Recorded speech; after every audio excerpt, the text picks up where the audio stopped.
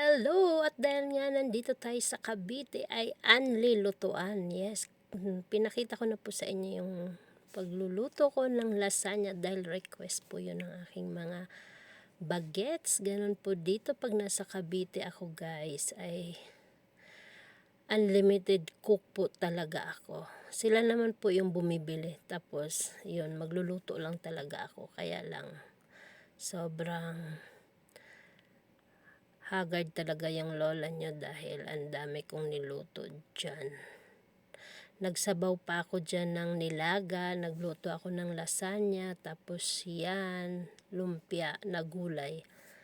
Yes, yan yung gusto ng aking mga bagets, ang mga paborito nila dahil gustong gusto nila pag ako yung nagluluto, yun ang kinakain nila.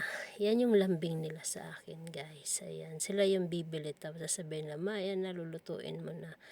Ayan, yes, ang lumpia po natin ay ang sahog, mga gulay lang po yan lahat. Yun po yung kamote, singkamas, at ano siya, yung munggo, toge, ayan, at tofu, yes. Nagpirito na rin tayo ng tofu. Kaya, yan na.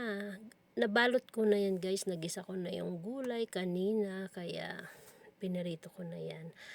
Yes, ayan na at maluluto. Hindi ko na po na video yung iba. Maraming salamat.